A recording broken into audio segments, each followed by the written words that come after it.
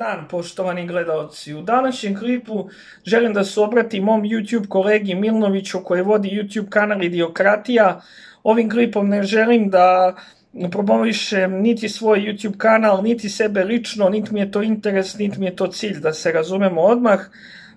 Gledajući tvoj klip od pre 4 dana, vidim da si objavio da su ti ukrali opremu za tvoj YouTube studio, novu opremu koju si uzeo. Katastrofa, strašno, eto, taj komentar imam i nažalost živim u lopovskoj zemlji i ono što želim da te posavetujem, ne želim da utičem na istragu, nego samo ovo želim da te posavetujem da obratiš pažnju na ljude koji ti dolaze u kuću i na tvoj komšiluk najbliži, koji dobro zna gde držiš stvari. Od toga prvo treba poći, jer znam neke ljude koji su nažalost imali takva loša iskustva i uglavnom se pokazalo da su im to ljudi jako bliski, ili oni koji im dolaze u kuću ili oni koji su im u komšiluku.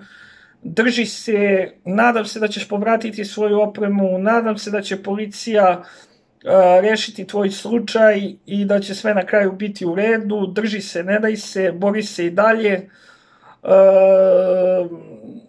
To je to, fenomenalne klipove objavljuješ i stvarno si žešći car, tako da eto, to je sve što imam da kažem, puno podrške za tebe, za tvoj kanal, to je to, a svako plati svoje na kraju, tako da platit će i ti koji su ti ukrali, tako da to je to, eto, veliki pozdrav za tebe.